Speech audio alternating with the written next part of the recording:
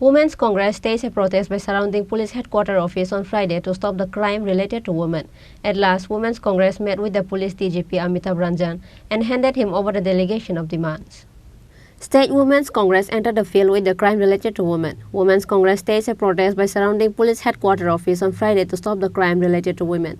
At last, Women's Congress met with the police DGP Amitabh Ranjan and handed him over the delegation of demands.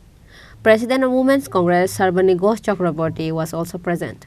President of Women's Congress said that if the police does not take strict action to stop the incidents related to women within the next 15 days, then the agitation will continue.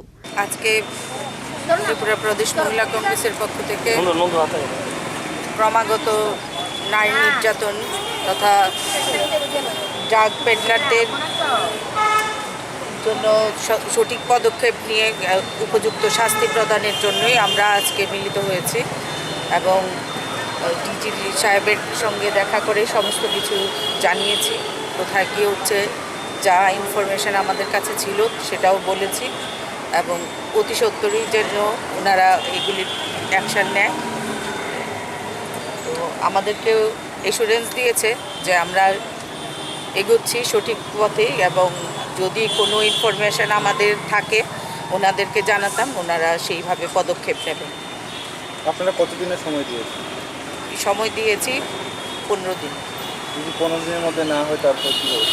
তাহলে আন্দোলন জারি থাকবে এবং সারা ত্রিপুরা রাজ্যে এই আন্দোলন ছড়িয়ে পড়বে।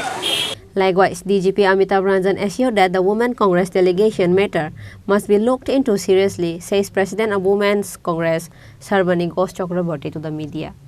Reported by Amit from Agartala, Chini Khorang.